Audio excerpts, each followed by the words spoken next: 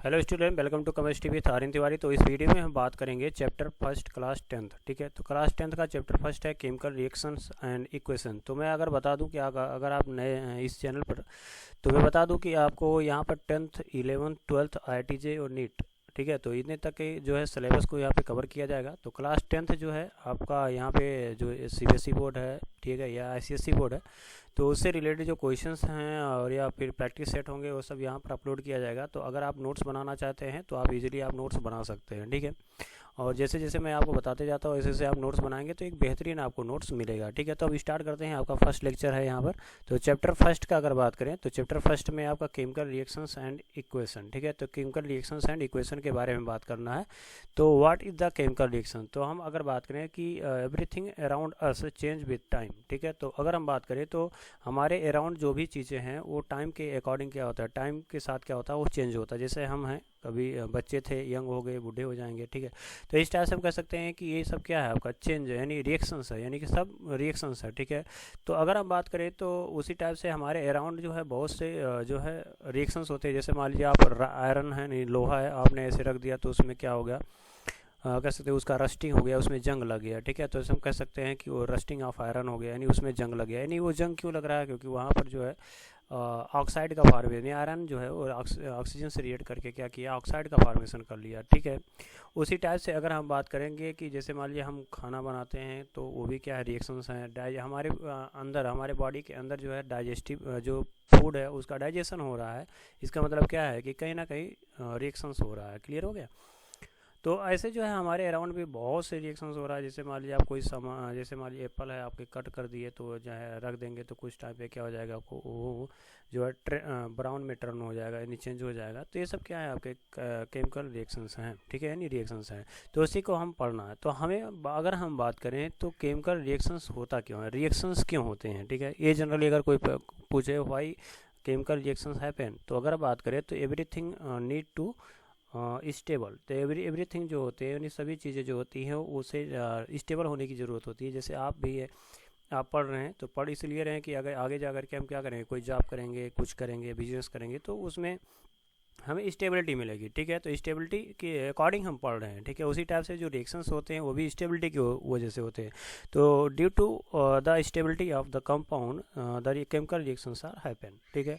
तो chemical reactions होते हैं। अब बात करते हैं कि what is the chemical reaction. तो इसको हम डिफाइन कैसे करेंगे, what is the chemical reaction, ठीक है। तो कह सकते हैं कि the change of one or more substance, ठीक है, the change of one or more substance into another substance having different composition and different property is called a chemical reaction, ठीक है। तो कह रहा है कि when या तो ऐसा भी लिख सकते हैं when two or more substance change into another substance having the different composition and different property is called a chemical reaction। यानी कोई ऐसा कह सकते हैं कि सब्सटेंस है जो क्या हो रहा है, यानी कई सब्सटेंस हैं वो क्या हो रहे हैं, अनदर सब्सटेंस में चेंज हो जा रहे हैं जिसका कंपोजिशन चेंज हो रहा है। जैसे मान लीजिए हमारे पास जो है हाइड्रोजन है और ऑक्सीजन है। तो हाइड्रोजन है और ऑक्सीजन को जो हम रिएक्ट कराते हैं तो क्या फार्म हो जाएगा, आपका H2O का फॉर्मेशन हो जाएगा। तो इसका मतलब क्या है कि यहाँ पर अगर बात करें तो हाइड्रोजन एंड ऑक्सीजन रिएक्ट किए हैं, ठीक है। तो यहाँ पर टू सब्सटेंस रिएक्ट किए हैं तो क्या हुआ, वन सब्सटेंस का फॉर्मेशन हुआ, जिसमें हम बात करेंगे कि ये जो न्यू सब्सटेंस का फॉर्मेशन हुआ है, ठीक है, न्यू सब्सटेंस का फॉर्मेशन हुआ है, उसमें अगर कंपोजिशन की बात करें तो इसके अकॉर्डिंग क्या है, डिफरेंट है। यानी हाइड्रोजन का यहाँ देख रहे हैं, हाइड्रोजन की प्रॉपर्टी अलग होगी, ऑक्सीजन की प्रॉपर्टी अलग होगी, लेकिन अगर बात करें तो यहाँ पर जो फॉर्म हो रहा है यानी H2O, इसकी प्रॉपर्टी क्या होगी, डिफरेंट होगी। इसका कंपोजिशन, तो कंपोजिशन मतलब क्या होगा कि इसमें कौन से का आइटम्स प्रेजेंट है, यानी कंपोजिशन मतलब क्या होगा, कितने रेशियो में कौन सा आइटम प्रेजेंट है। जैसे मान लीजिए यहाँ पर अगर बात करें रिएक्टेंट में, यानी हाइड्रोजन है और ये क्या है आपका ऑक्सीजन है, ठीक है। तो यहाँ हाइड्रोजन यानी H2 जो है वो हाइड्रोजन है और ये क्या है आपका ऑक्सीजन है। लेकिन आप यहाँ पे वाटर की अगर बात करें तो यह H2O है, तो इसका कंपोजिशन हाइड्रोजन है और ऑक्सीजन है और इसमें अलग अलग है, यानी सेपरेट हाइड्रोजन है एंड ऑक्सीजन क्या है आपका सेपरेट है। तो वही कह रहा है कि when two or more substance change into the another substance having a different composition and different property, तो इसकी प्रॉपर्टी क्या होगी, डिफरेंट होगी। जैसे मान लीजिए हाइड्रोजन क्या होता है आपका गैसेस होते हैं और ये ऑक्सीजन क्या होगा, गैसेस हो गई, तो इनकी प्रॉपर्टी अलग अलग देखेंगे तो अलग अलग होगी। लेकिन अगर ये कंबाइन हो रहे हैं, यानी कंबाइन होने के बाद क्या हो रहा है, वाटर का फॉर्मेशन करे तो कैसे होगा, आपका लिक्विड फॉर्म में होगा, तो इसकी प्रॉपर्टी क्या होगी, अलग होगी, ठीक है। तो वही कह सकते हैं कि the change of one or more substance into another substance having the different composition and different property is called a chemical reaction. अब बात करते हैं कि जो है हमने केमिकल रिएक्शंस कराया तो इसमें दो चीज़ें हमें समझना होगा। एक है आपका रिएक्टेंट। क्या है आपका रिएक्टेंट है, तो रिएक्टेंट किसको बोलते हैं, तो ये कह रहा है the substance which take part in a chemical reaction, यानी कोई ऐसा सब्सटेंस जो कह सकते हैं केमिकल रिएक्शंस में पार्टिसिपेट करता है उसे क्या बोलेंगे हम रिएक्टेंट बोलेंगे, यानी the substance which take part in a chemical reactions are called reactant. Clear हो गया, तो इसको आप लिखते जाएंगे। तो यहाँ पर जैसे और उसके बाद जो है जैसे हमने बात किया था कि जैसे हाइड्रोजन है एंड ऑक्सीजन है, इसको आप रिएक्ट करा रहे हो तो क्या हो जाएगा आपका H2O का फॉर्मेशन हो जाएगा। ठीक है, तो यहाँ पर हम बात करें तो ये पार्टिसिपेट यानी रिएक्शन में ये पार्टिसिपेट कर रहा है, बात में आ रहा, यानी ये पार्टिसिपेट कर रहा है तो ये क्या हो जाएगा आपका रिएक्टेंट हो जाएगा। क्या हो जाएगा, ये रिएक्टेंट हो जाएगा। क्लियर हुआ। उसके बाद अगर आप बात करें तो उसके बाद कह रहा है प्रोडक्ट। ठीक है, तो प्रोडक्ट मतलब क्या होगा, तो प्रोडक्ट मतलब the new substance form as a result of a chemical reaction. ठीक है, तो कह रहा है न्यू सब्सटेंस फार्म होगा, जो न्यू सब्सटेंस फार्म होगा as a result of a chemical reaction, यानी केमिकल रिएक्शन के होने के बाद, केमिकल रिएक्शन होने के बाद जो न्यू सब्सटेंस का फॉर्मेशन होगा उसी को क्या बोलेंगे आप प्रोडक्ट बोलेंगे। जैसे मान लीजिए हाइड्रोजन था, ऑक्सीजन है, वो रिएक्ट किया तो क्या बन गया आपका वाटर बन गया, तो वाटर क्या है न्यू सब्सटेंस का फॉर्मेशन हो गया। ठीक है, तो न्यू सब्सटेंस है तो इसका मतलब क्या है, ये क्या हो जाएगा सब्सटेंस है तो ये क्या हो जाएगा आपका प्रोडक्ट हो जाएगा। क्या हो जाएगा आपका प्रोडक्ट हो जाएगा। ठीक है, तो हम कह सकते हैं दो new substance are formed after the reaction is called substance. ठीक है, सॉरी प्रोडक्ट। ठीक है, तो इसको क्या बोलेंगे आप प्रोडक्ट बोलेंगे। ठीक है, तो यहाँ पर हम ले सकते हैं अगर इसको बैलेंस करना है तो बैलेंस कर लेंगे। तो यहाँ पे देखिए ऑक्सीजन हाइड्रोजन कितना है 2 है, यहाँ पे ऑक्सीजन कितना 1 है। आगे हम लोग इसका प्रोसीजर देखेंगे कि बैलेंस कैसे करते हैं हम लोग। ठीक है, तो यहाँ देखिए H2 है, ऑक्सीजन 1 है, तो यहाँ पर देखिए 2 है तो 2 से मल्टीप्लाई कर देंगे, यहाँ पे 2 2 जा 4, तो यहाँ पे 2 से मल्टीप्लाई करेंगे 2 2 जा क्या हो जाएगा आपका 4 हो जाएगा। ठीक, तो आप इसको ले सकते हैं या आप ऐसे भी ले सकते हैं, जैसे मान लीजिए हमारे पास A है एंड प्लस B है, ये आपस में रिएक्ट कर रहे हैं तो C एंड D का फॉर्मेशन हो रहा है, तो इसका मतलब क्या है कि ये जो लेफ्ट हैंड साइड में होगा इसको क्या बोलेंगे हम रिएक्टेंट बोलेंगे। तो रिएक्टेंट जो होगा वो ऑलवेज हम कह सकते हैं कि वो लेफ्ट हैंड साइड होगा और ये हो जाएगा आपका प्रोडक्ट हो जाएगा। क्या हो जाएगा आपका प्रोडक्ट हो जाएगा। ठीक है, ये बताएगा कि प्रोडक्ट कौन सा है। ठीक है, ये बात ध्यान में रखेंगे। अब उसके बाद अगर बात करें जैसे अब एग्जांपल और भी देना है तो एग्जांपल आप ले सकते हो। ठीक है, तो जैसे एग्जांपल में ले सकते हैं कि बर्निंग ऑफ ए मैग्नीशियम। ठीक है, तो इसका आप एग्जांपल जरूर लिख लेंगे, तो इसमें हेडिंग डाल देंगे कि बर्निंग ऑफ मैग्नीशियम, यानी when magnesium burn in presence of when magnesium is burn in presence of oxygen to form a magnesium oxide. तो इसका फर्स्ट एग्जांपल ले सकते हैं बर्निंग ऑफ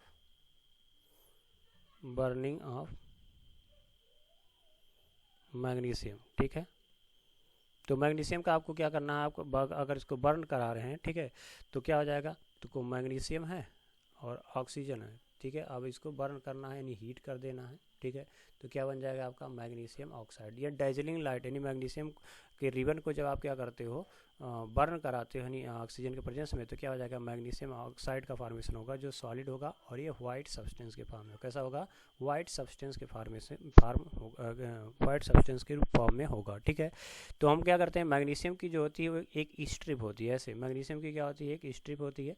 अब इसको क्या करते हैं या मैग्नीशियम फॉयल भी बोल सकते हैं, तो मैग्नीशियम की स्ट्रिप होती है। अब इसके ऊपर अगर देखेंगे तो ये मैग्नीशियम ऑक्साइड का लेयर होता है, तो ये कंप्लीट कर सकते हैं ऑक्सीडाइज नहीं हो पाता है। तो इसका अपर लेयर क्या होता है ऑक्साइड का फॉर्मेशन कर देता है, इसलिए थोड़ा सा आपका कह सकते हैं कि ब्लैक दिखने लगता है। तो इसको क्या करते हैं पहले हम इसके ऑक्साइड को क्या करते हैं हम निकाल लेते हैं। ठीक है, तो ऑक्साइड को हम क्या करते हैं स्क्रबर के थ्रू क्या करते हैं इसको निकाल लेते हैं। उसके बाद क्या होता है इस मैग्नीशियम को जो आप बर्न करते हो, ठीक है, तो मैग्नीशियम को जो आप बर्न करोगे, ठीक है, तो बर्न करोगे तो डाइजिलिंग लाइट से यानी बहुत तेज़ी से, जैसे मान लीजिए कहीं विस्फोट होता है, ठीक है, तो कोई चीज़ आप विस्फोट एक्सप्लोसिव मटेरियल देख रहे हैं विस्फोट होता है तो ये बहुत तेज़ी से क्या होता है लाइट निकलता है, तो उसी टाइप से इसमें क्या होगा बहुत तेज़ी से लाइट निकलेगा। ठीक है, तो मैग्नीशियम और यहाँ पे क्या होगा व्हाइट सब्सटेंस आपको मिल जाएगा। ठीक है, तो वही कह रहे हैं कि burning of magnesium when magnesium burn in presence of a oxygen to form white substance means that magnesium oxide. ठीक है, और अगला अगर आप एग्जांपल लिखना चाहते हैं तो ये भी ले सकते हैं कि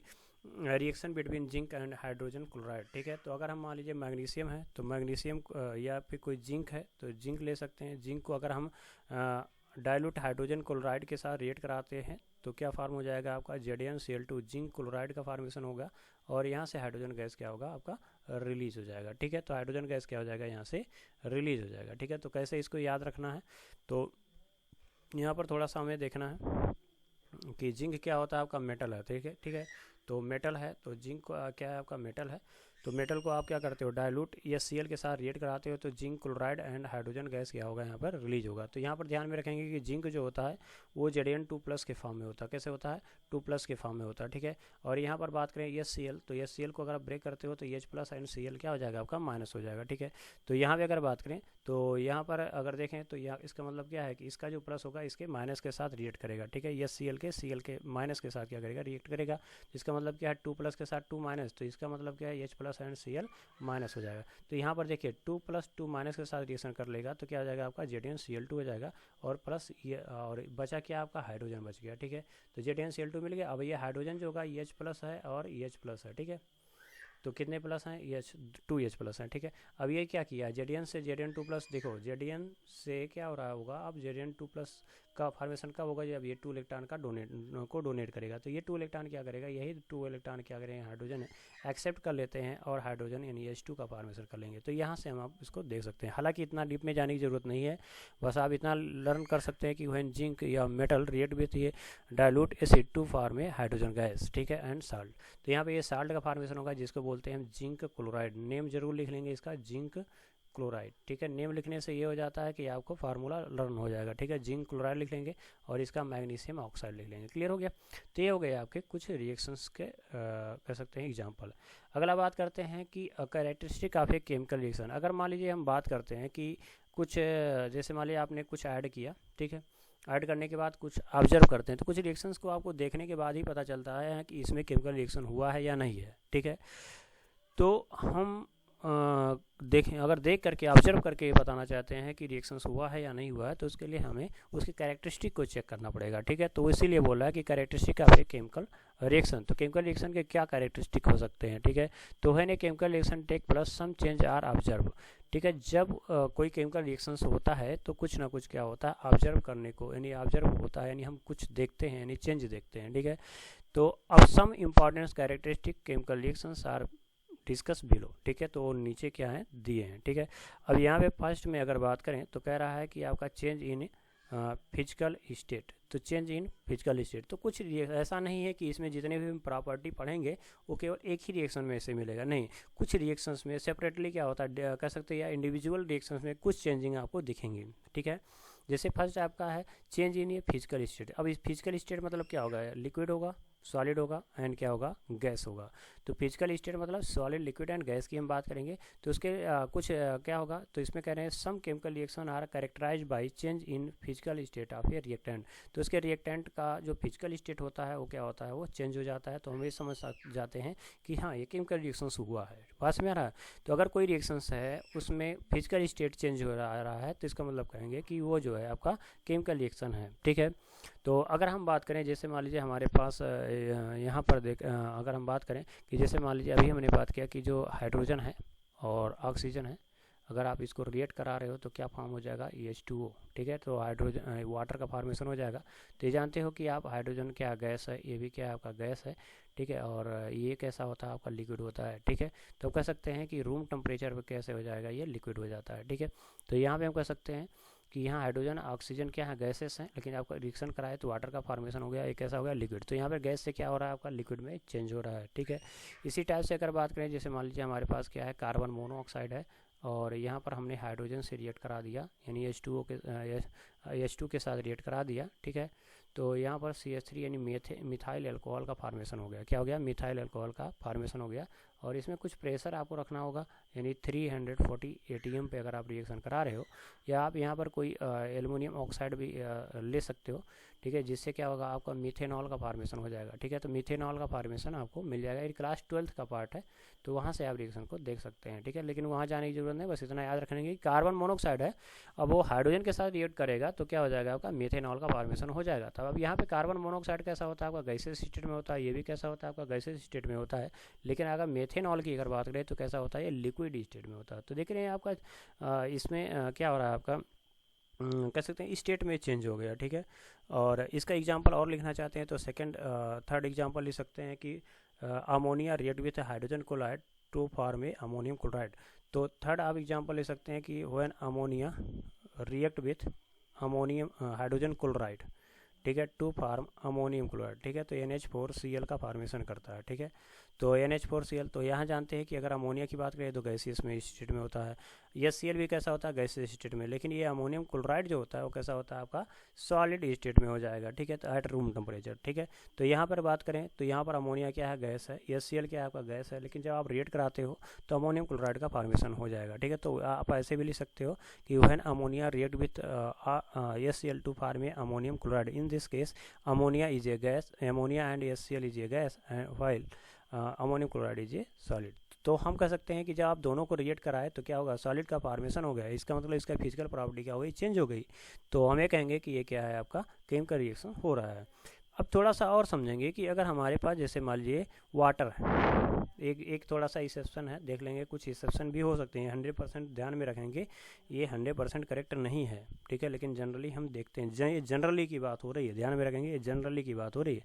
जैसे मान लिया हमने लिक्विड ले लिया, H2O ले लिया, ठीक है, तो लिक्विड ले लिया, अब इसको हमने कूल कर दिया, यानी ठंडा कर दिया, तो क्या हो गया, H2O यानी कह सकते हैं कि सॉलिड हो गया, यानी हम कह सकते हैं आइस का फॉर्मेशन हो गया, क्या हो गया, आइस का फॉर्मेशन होगा। लेकिन फार्मूला में देखो कोई चेंजिंग नहीं आया, लेकिन हमने उसमें देखा था कि न्यू सब्सटेंस का जो फॉर्मेशन होगा तो उसमें कंपोजिशन क्या हो जाएगा, यानी फार्मूला क्या होगा, वो चेंज होगा, लेकिन इसमें चेंज नहीं है। तो हम ये कह सकते हैं ये आपका केमिकल रिएक्शंस नहीं है, ये ध्यान में रखेंगे, केमिकल रिएक्शन वहीं पॉसिबल होगा जहाँ पे क्या होगा, न्यू सब्सटेंस का फॉर्मेशन हो और उसका कंपोजिशन क्या हो, चेंज हो, ठीक है। अब उसके बाद अगर अगला हम बात करें यहाँ पे, तो हम दूसरा अगर एग्जांपल देखें तो चेंज इन कलर, तो दूसरा हेडिंग आप ले लेंगे इसमें कैरेक्टरिस्टिक में, चेंज इन कलर। तो some reaction chemical reaction are characterise by change in colour, यानी आप क्या कर सकते हो, कुछ रिएक्शंस को आप अगर कराते हो तो उसमें क्या होता है, उसके कुछ कलर चेंज हो जाते हैं, क्या हो जाते हैं, कलर चेंज हो जाता है। जैसे कह रहा है कि आप हाइड्रोजन सल्फाइड गैस है, ठीक है,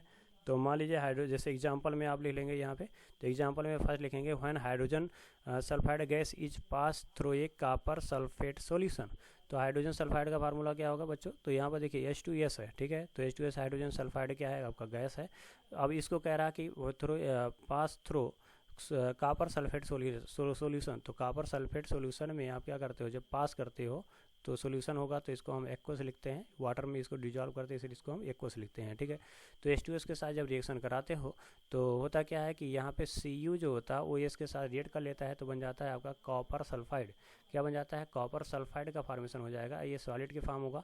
और प्लस जो हो जाएगा आपका देखिए यहाँ पर H2 जो होगा वो SO4 के साथ रिएक्शन करके क्या हो जाएगा, H2SO4 हो जाएगा। क्लियर हो गया। तो हम ये कह सकते हैं यह ब्लैक PPT के फॉर्म में होगा, कैसा होगा आपका ब्लैक PPT, ठीक है। तो ब्लैक PPT के फॉर्म में होता है, जिसकी वजह से हम ब्लैक फॉर्म में हो जाएगा। तो हम ये कह सकते हैं इसमें कलर क्या हो गया, आपका चेंज हो गया, ठीक है। तो यहाँ पे कॉपर सल्फाइड जो है चेंज हो जाएगा, ठीक है।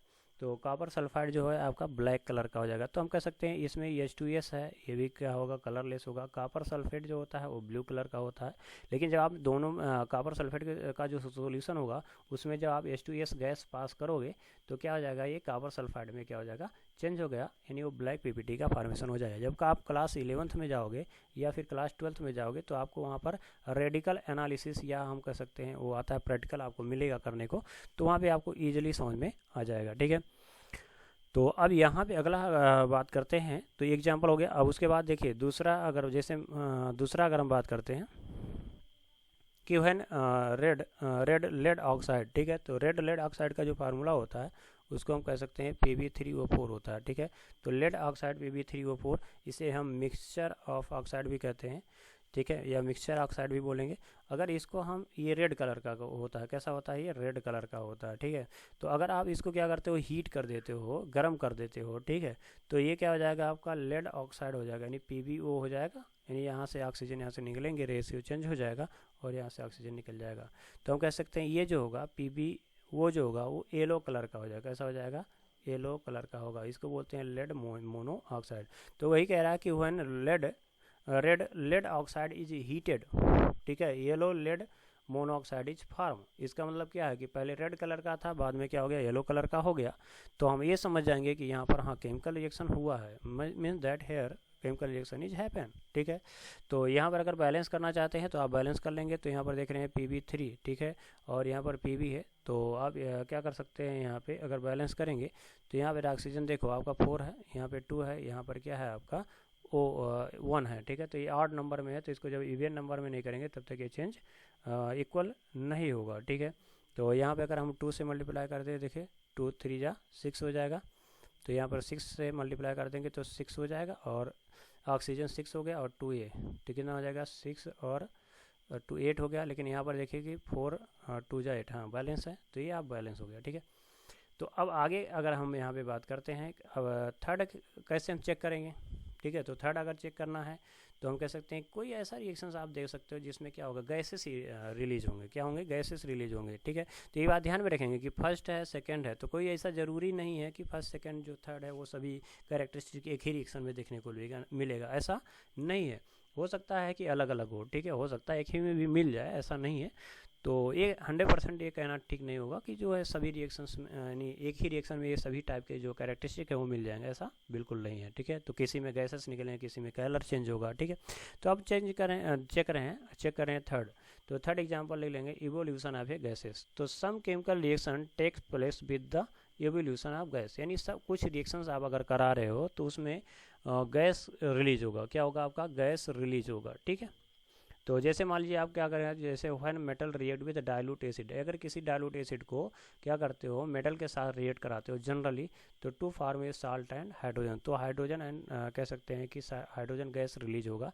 जैसे अभी हमने कहा था कि जिंक है, अगर एग्जाम्पल में ले सकते हो कि when zinc react with hydrogen sulphuric acid, dilute sulphuric acid to form a zinc sulphate, क्या हो जाएगा, zinc sulphate and hydrogen gas, यानी H2 गैस क्या होगा यहाँ पर रिलीज हो गया, ठीक है।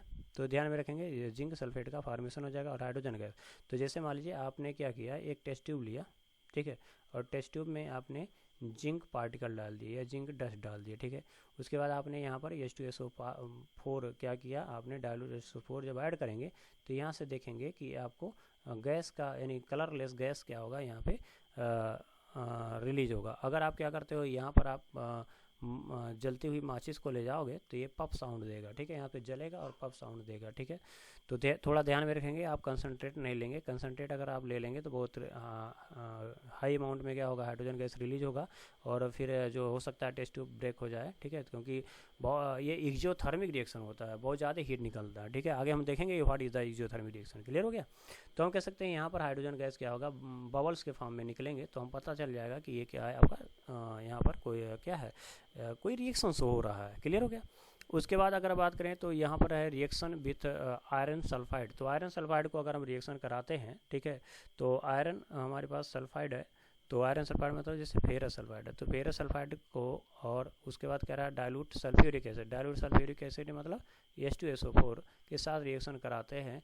तो वही कह रहा है रिएक्शन बिटवीन आयरन सल्फाइड यानी ferrous sulphide and dilute sulphuric acid produce hydrogen gas, hydrogen sulphide, ठीक है, हाइड्रोजन होगा, hydrogen gas and ferrous sulphide हो जाए, ferrous sulphate, hydrogen sulphide gas. तो यहाँ पर हाइड्रोजन सल्फाइड गैस क्या होगा, यहाँ पर रिलीज होगा। जैसे देखेंगे, जैसे यहाँ पर देखेंगे, जैसे Fe है तो Fe जो होगा वो 2+ के फॉर्म में होगा, और उसके बाद अगर बात करें यस है तो यस जो होगा वो 2- के फॉर्म में होता है, और हाइड्रोजन जो होगा वो H+ और H+ हो जाएगा, और फिर SO4 क्या हो जाएगा आपका 2- होगा। तो ध्यान में रखेंगे इसका प्लस जो होगा इसके माइनस के साथ, तो यहाँ हो गया फेरस सल्फेट यानी FeSO4 हो जाएगा। और देख रहे हैं कि इसका जो 2+ है यानी देखो 2H+ है और यहाँ पर 2- है, तो ये हो जाएगा H2S, यानी ये H2S क्या है, हाइड्रोजन सल्फाइड क्या है, ये आपका गैस है, तो गैस के फॉर्म में ये रिलीज हो जाएगा। तो हम ये कह सकते हैं कि अगर हमारे पास क्या है फेरस सल्फाइड है, तो फेरस सल्फाइड में हम क्या करते हैं कि फेरस सल्फाइड है और उसको हम क्या करते हैं, अगर सल्फ्यूरिक अम्ल के साथ रिएक्ट करा देते हैं तो यहाँ पर क्या होगा, हाइड्रोजन सल्फाइड क्या होगा, एक गैस निकलेगा, यह पॉइजनस गैस होगा। हाइड्रोजन सल्फाइड जो होता है वो पॉइजनस गैस होता है, इसका स्मेल जो है बहुत बैड होता है, ठीक है। तो आप लैब जहाँ पे है वहाँ पर अक्सर जब टेस्ट होता है रेडिकल का तो ये गैस मतलब आपको वहाँ पर उसका स्मेल आपको आता है। अब बात करते हैं अगला कि change in temperature. Change in temperature, तो कुछ ऐसे रिएक्शंस भी होते हैं, यानी फोर्थ है हेडिंग लिख लेंगे चेंज इन टेम्परेचर। तो कुछ ऐसे रिएक्शंस होंगे जिसमें टेम्परेचर कह सकते हैं इंक्रीज होगा या फिर डिक्रीज होगा। दो ही चीज़ें होगा, चेंज इन टेम्परेचर, टेम्परेचर में चेंजिंग कब आएगी, या तो भाई रिएक्शन इंक्रीज रिएक्शन जो है उसमें टेम्परेचर इंक्रीज कर जाए या तो फिर डिक्रीज कर जाए। तो ये कह रहा है कि सम केमिकल रिएक्शन इन्वॉल्व ये चेंज इन टेम्परेचर, ठीक है। तो कुछ रिएक्शन में क्या होता है, टेम्परेचर क्या होता है, चेंज होता है। तो यहाँ पे बात करेंगे फर्स्ट जो है आपका एक्जोथर्मिक रिएक्शन। क्या है आपका एक्जोथर्मिक रिएक्शन। तो देखो एक्जो मीन्स होता है आउट यानी बाहर, और थर्मिक मीन्स होता है टेम्परेचर, ठीक है। यानी ऐसा रिएक्शन, अब देखो रिएक्शन यानी ऐसा रिएक्शन जिसमें क्या होगा, टेम्परेचर जो है यानी टेम्परेचर कैसा होगा, एनर्जी होगा यानी हीट होगा, हीट रिलीज होगा, बाहर होगा, हीट रिलीज, बाहर होने का मतलब हीट रिलीज होगा। यानी the reaction in which heat is released during the reaction is called exothermic reaction. या आप इस तरीके से भी आप लिख सकते हो, reaction in which energy is released in the form of heat. या आप ऐसे लिख सकते हो, the reaction in which heat is release during the reaction are called exothermic reaction, ठीक है, आर कॉल्ड एक्जोथर्मिक रिएक्शन। यानी ऐसा रिएक्शन जिसमें क्या होता है, हीट रिलीज होता है, हीट बाहर निकलता है, तो उसी को हम क्या कर सकते हैं, एक्जोथर्मिक रिएक्शन बोल सकते हैं। जैसे एग्जांपल में कह रहा है कि one small amount of water is added to a quick lamp. जैसे मान लीजिए आप घर बना रहे हैं, तो घर बनाते हैं तो क्या करते हैं, कुछ लोग चूना लगवाते हैं। तो चूना जब लगवाते हैं तो उसमें क्या करते हैं, चूने को ला करके पानी में क्या करते हैं आप भिगोते हैं, तो उसी को चूने को क्या बोलते हैं, हम क्विक लाइम बोलते हैं। तो इसका फार्मूला क्या होता है चूने का, क्विक लाइम का, तो कैल्शियम ऑक्साइड होगा, ठीक है। तो कैल्शियम ऑक्साइड होता है, जब इसको क्या करते हो वाटर, यानी ये सॉलिड फॉर्म में होता है, अब जब ये वाटर में आप डिजॉल्व करते हो, तो वाटर में डिजॉल्व को जब करते हो तो ये कैल्शियम हाइड्रोक्साइड का फार्मेशन करेगा, किसका, कैल्शियम हाइड्रोक्साइड का फार्मेशन कर लेगा। और उसके बाद जो है यहाँ पर हीट रिलीज होगी, क्या हो जाएगी, यहाँ पर अगर देखें तो हीट निकलेगा, ठीक है। यहाँ पर क्या हो जाएगा आपका, हीट निकलेगा, ध्यान में रखेंगे। तो कैल्शियम ऑक्साइड है और H2 है, तो क्या हो जाएगा आपका, कैल्शियम हाइड्रोक्साइड का फार्मेशन होगा, ठीक है, कैल्शियम हाइड्रोक्साइड का फार्मेशन होगा और ये हीट हो जाएगा। यानी जैसे मान लीजिए आप जब क्या करते हो, कोई चूना है, अगर चूने को जिस यूटेंसिल में या किसी बर्तन में या किसी आप टेस्ट ट्यूब में ले लीजिए और उसमें पानी डाल देंगे, तो ये क्या हो जाएगा, टेस्ट ट्यूब गर्म हो जाएगा। क्यों गर्म हो जाएगा, क्योंकि रिएक्शन के दौरान ड्यूरिंग क्या किया है, वो हीट को रिलीज किया। तो वही कह सकते हैं the reaction in which heat is release, ठीक है, आर कॉल्ड एक्जोथर्मिक रिएक्शंस, ठीक है। तो इसको क्या बोलते हैं हम, एक्जोथर्मिक रिएक्शंस बोलते हैं। तो एग्जांपल आप लिख सकते हैं कि when quick lime react with water to form a calcium hydroxide and heat is release during the reaction, ठीक है, आप ये लिख सकते हो, ठीक है। अब उसके बाद अगर बात करें तो अगला जो है इसको लिख लेंगे क्विक लाइम, या ध्यान में रखेंगे इसको क्या बोलते हैं हम, क्विक लाइम, क्विक लाइम हो गया, ठीक है। अब उसके बाद जो है आपका अगला है इंडोथर्मिक रिएक्शन, ठीक है। आपका क्या है, आपका इंडोथर्मिक रिएक्शन। तो इंडो मीन्स क्या होता है, देखो इंडो मीन्स होता है अंदर, ठीक है। इंडो मीन्स क्या होगा, अंदर, या इन क्या कह सकते हो, ठीक है। तो इसको कह सकते हैं आप इंड, ठीक है। तो यहाँ पर देख रहे हैं कि यहाँ पर दिया हुआ है आपका इंडोथर्मिक। तो इंडोथर्मिक मतलब होता है इन, देखिए इंडो मतलब होता है इन मतलब होता है अंदर, और उसके बाद थर्मिक में होता है टेम्परेचर। यानी ऐसा रिएक्शन जिसमें टेम्परेचर इन हो, यानी इन माने अंदर हो, यानी टेम्परेचर एब्जॉर्ब हो। अंदर होने का मतलब क्या है, एब्जॉर्ब होता हो, यानी the reaction in which energy is absorb, the reaction in which energy is absorb in the form of heat. या ऐसा भी लिख सकते हो, the reaction in which heat is absorb, ठीक है, are called endothermic reaction, are called endothermic reaction, ठीक है। तो आप नोट्स बनाते हुए जाएंगे, आपको बेहतरीन यहाँ पर नोट्स मिलने वाला है, ठीक है।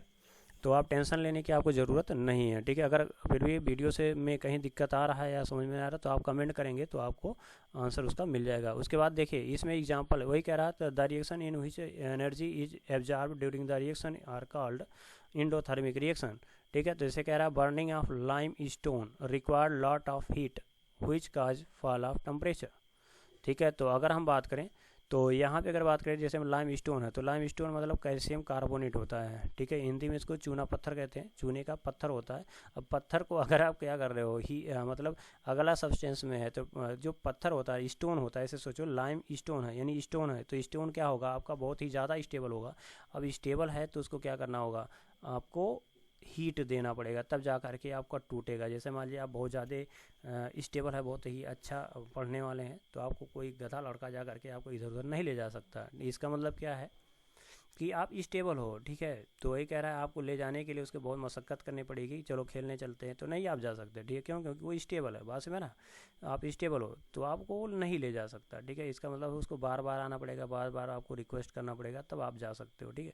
तो ये कह रहा है कि आप यानी कैल्शियम कार्बोनेट जो होता है, इसी को कहते हैं हम लाइम स्टोन, ध्यान में रखेंगे, इसको क्या बोलते हैं हम, लाइम स्टोन बोलते हैं। और ये होता है स्टेबल, क्या होगा आपका, स्टेबल होगा। क्लियर हुआ? जब आप इसको क्या करते हो, हीट करते हो, तो हीट करोगे तो यहाँ पे कैल्शियम ऑक्साइड का फॉर्मेशन करेगा, और फिर क्या होगा, आपका कार्बन डाइऑक्साइड बनेगा। क्या बनेगा?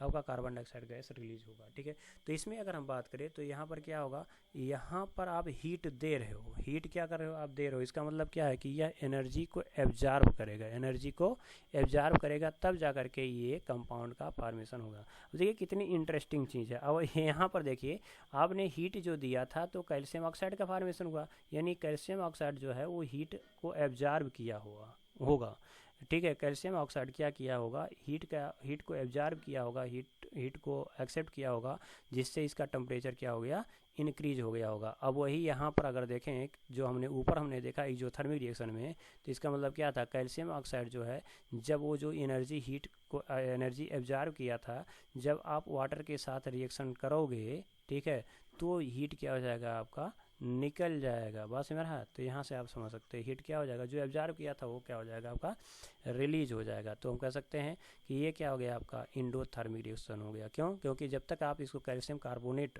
यानी लाइम स्टोन को जब तक आप क्या कर सकते हो, यानी हाई टेम्परेचर पर हीट नहीं करोगे, तब तक वो कैल्शियम ऑक्साइड में वो चेंज नहीं होगा, यानी ये बहुत ही ज़्यादा स्टेबल होता है। अब देखिए अगला बात करते हैं फॉर्मेशन ऑफ प्रिसिपिटेट, यानी कुछ ऐसे भी रिएक्शंस आपको देखने को मिलते हैं जिसमें क्या होगा, आपका प्रिसिपिटेट का फॉर्मेशन होगा। अब प्रिसिपिटेट क्या होता है, यानी प्रिसिपिटेट जो होता है ये सॉलिड के फॉर्म में होता है, जो कह सकते हैं इनसॉल्युबल होता है। क्या होता है? इनसॉल्युबल होता है किसी सॉल्वेंट में, यानी इट इज कह सकते हैं ये precipitate is an insoluble solid substance produce on A mixing two solution. तो हम टू सॉल्यूशन में क्या करते हैं, जब टू सॉल्यूशन को मिक्स करते हैं तो कोई एक ऐसा सब्सटेंस, सॉलिड सब्सटेंस फॉर्म होता है जो इनसॉल्युबल होता है। जैसे मान लीजिए दूध है हमारे पास, अब दूध है, अगर उसमें हम क्या करते हैं, नींबू डाल देते हैं, नींबू का रस डाल देते हैं, यानी पनीर आप जब बनाते हो तो उस केस में क्या होता है कि वो फट जाता है, तो वाटर जो होता है वो अलग हो जाता है, और जो सब्सटेंस होता है, ठीक है, तो कह सकते हैं मिल्क का जो सब्सटेंस होता है वो क्या होते हैं, आपको मिलते हैं, तो वो सॉलिड फॉर्म में होता है, वो इनसॉल्युबल होता है, और पानी क्या होता है, अलग होता है। अगर वो सॉल्युबल होता तो वाटर में क्या हो जाता, डिजॉल्व हो जाता, लेकिन ऐसा नहीं हो रहा है, तो हम ये कह सकते हैं वह एक टाइप का क्या है, प्रिसिपिटेट है, ऐसा आप समझ सकते हो, ठीक है। तो ये क्या कह रहा है, फॉर्मेशन ऑफ ए प्रिसिपिटेट। तो some chemical reactions are characterised by the formation of precipitate. तो ये प्रिसिपिटेट का क्या करता है, वो फॉर्मेशन करता है, ठीक है। तो जैसे आपका एग्जांपल अगर हम देखें, जैसे कह रहा है व्हेन पोटेशियम आयोडाइड, तो when potassium iodide is added to a lead nitrate solution, तो लेड नाइट्रेट सोल्यूशन है, तो जैसे मान लीजिए Pb है और NO3 का होल ट्वाइस है, तो लेड नाइट्रेट है। अगर आप इसको क्या करते हो, पोटेशियम आयोडाइड KI के साथ रिएक्ट कराते हो, ठीक है, तो दोनों हमें क्या कर लेना होगा, एक्वस सोल्यूशन लेना पड़ेगा, ठीक है। तो एक्वस सोल्यूशन दोनों क्या होते हैं, सॉलिड स्टेट में होते हैं, तो इसको क्या करते हैं, वाटर में डिजॉल्व करके एक्वस सोल्यूशन बनाते हैं, और उसके बाद जब रिएक्ट कराते हो तो येलो PPT यानी PBI लेड आयोडाइड का क्या होगा, फॉर्मेशन हो जाता है, और प्लस KNO3 यानी पोटेशियम नाइट्रेट बनेगा, ठीक है।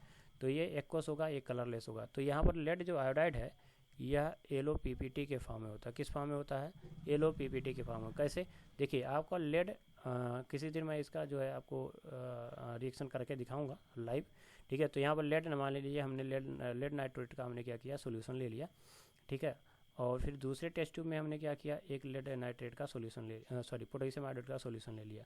अब क्या किए, इसको इसमें डाल दिए, ठीक है। डालने पर क्या हो जाएगा कि आपका जो कह सकते हैं इसमें जब ऐड करोगे तो जो यहाँ पर देखेंगे तो यहाँ पर क्या हो जाएगा, आपका येलो कलर का क्या हो जाएगा, आपको PPT मिल जाएगा। तो वो PPT किसका होगा, लेड आयोडाइड का हो जाएगा। क्या हो जाएगा, लेड आयोडाइड। तो नेम लिख लेंगे इसको, लेड आयोडाइड, लेड आयोडाइड का क्या हो जाएगा, आपका फॉर्मेशन हो जाएगा। ठीक है, तो ये कैसा होगा, येलो पीपीटी। तो ये कह रहा है कि जब हम क्या करते हैं, लेड नाइट्रेट और पोटेशियम आयोडाइड को आप जब मिक्स करते हो, इन्हें ये दोनों कलरलेस होते हैं। कैसे होते हैं, आप कलरलेस होते हैं। और जब आप इसको मिलाओगे तो क्या होगा, येलो पीपीटी का फॉर्मेशन हो जाएगा। तो यानी येलो पीपीटी मतलब प्रिसिपिटेट का फॉर्मेशन हो जाएगा। तो हम ये कहेंगे ये केमिकल रिएक्शन हुआ है। ठीक है, तो कोई किसी भी अगर आप कहीं रिएक्शन हो रहा है, अगर वो येलो पीपीटी का फॉर्मेशन या किसी भी कलर क्या होगा, पीपीटी का फॉर्मेशन या न्यू सब्सटेंस, कोई सॉलिड सब्सटेंस का फॉर्मेशन हो जा रहा है, तो हम ये कहेंगे कि ये क्या है, आपका केमिकल रिएक्शन हो रहा है। उसके बाद अगला बात करें, जैसे मान लीजिए आपका सिल्वर नाइट्रेट है। तो सिल्वर नाइट्रेट है तो AgNO3, तो सिल्वर नाइट्रेट का आप क्या करते हो, सोल्यूशन जब लेते हो, ठीक है, तो सिल्वर नाइट्रेट का एक्वस सोल्यूशन जब आप लेते हो, और उसके बाद क्या रिएक्ट विथ ये सोडियम क्लोराइड, जब हम NaCl के साथ इसको रिएक्ट कराते हैं, ठीक है, तो क्या होगा, इसका माइनस इधर जाएगा और इसका माइनस इधर जाएगा। तो क्या होगा, AgCl का फॉर्मेशन होगा, क्या होगा, सिल्वर क्लोराइड का फॉर्मेशन हो गया, और NaNO3 यानी सोडियम नाइट्रेट का फॉर्मेशन। ये सोडियम नाइट्रेट जो होता है ये एक्वस फॉर्म में होगा, और ये क्या हो जाएगा, आपका कलरलेस होगा। क्या होगा, आपका कलरलेस होता है, जिसका कोई कलर दिखेगा नहीं। लेकिन सिल्वर क्लोराइड जो होता है वो वाइट पीपीटी के फॉर्म में होता है, यानी वाइट प्रिसिपिटेट बनाता है। पास में रहा है, तो इसको बोलते हैं हम सिल्वर क्लोराइड। ठीक है, नेम लिख लेंगे इसका, सिल्वर क्लोराइड। तो ये कह रहा है कि वह silver nitrate react with sodium chloride, ये भी एक्वस सॉल्यूशन होगा, यानी वाटर में डिजॉल्व करेंगे। ठीक है, तो वही कह रहा है, silver nitrate react solution is react with ये sodium chloride solution, white precipitate of silver chloride is form. ठीक है, तो ये कह सकते हैं वाइट पीपीटी का फॉर्मेशन हो गया, तो हम कहेंगे कि ये रिएक्शंस हो रहा है। ठीक है, तो वही कह रहा है कि अगर हमें रिएक्शंस को आइडेंटिफाई करना है तो हम कह सकते हैं कुछ तरीके से, जैसे मान लीजिए आपका कह सकते हैं फिजिकल चेंज हो रहा है कि नहीं हो रहा है, यानी सॉलिड है लिक्विड है, किस में चेंज हो रहा है, तो फिजिकल चेंज से आप आइडेंटिफाई कर सकते हो, या फिर कलर चेंज से आप आइडेंटिफाई कर सकते हो, या किसी रिएक्शन में क्या होगा, गैस रिलीज होगा तो उससे हम कह सकते हैं हाँ केमिकल रिएक्शन हुआ अगर गैस रिलीज हुआ है। या हम कह सकते हैं टेम्परेचर में चेंजिंग आ जाए, या तो टेम्परेचर कम हो जाए या तो टेम्परेचर ज़्यादा हो जाएगा, तो भी हम कह सकते हैं कि यहाँ पर क्या है, केमिकल रिएक्शन हुआ है। अब अगला बात करें कि उसके बाद उसमें हम देखें फॉर्मेशन ऑफ प्रिसिपिटेट, तो प्रिसिपिटेट का अगर फॉर्मेशन हो रहा है तो भी हम कह सकते हैं कि ये केमिकल रिएक्शन हुआ है। ठीक है, तो ये सब था आपका केमिकल कह सकते हैं रिएक्शन को आइडेंटिफाई करने के लिए characteristic of a chemical reaction. ठीक है, तो अब इस वीडियो में तो हम लोग यहीं तक देखेंगे, तो अगले वीडियो में हम बात करेंगे इससे रिलेटेड कुछ क्वेश्चन की, और फिर हम बात करेंगे केमिकल इक्वेशन। ठीक है, तो केमिकल इक्वेशन को हम वहाँ पर समझेंगे। ठीक है, तो अगर ये वीडियो आपको पसंद आया होगा तो आप लाइक करिएगा, सब्सक्राइब करिए और शेयर करिए ज़्यादा से ज़्यादा, ताकि वीडियो जो है वो सब तक पहुँच जाए। तो आप नोट्स बनाते रहेंगे बेफिक्र होकर के, और आपको यहाँ पे कंप्लीट NCERT का सोल्यूशन मिलने वाला है, और प्रीवियस ईयर के क्वेश्चन को भी हम इसमें देखेंगे। ठीक है, तो मिलते हैं नेक्स्ट वीडियो में। जय हिंद।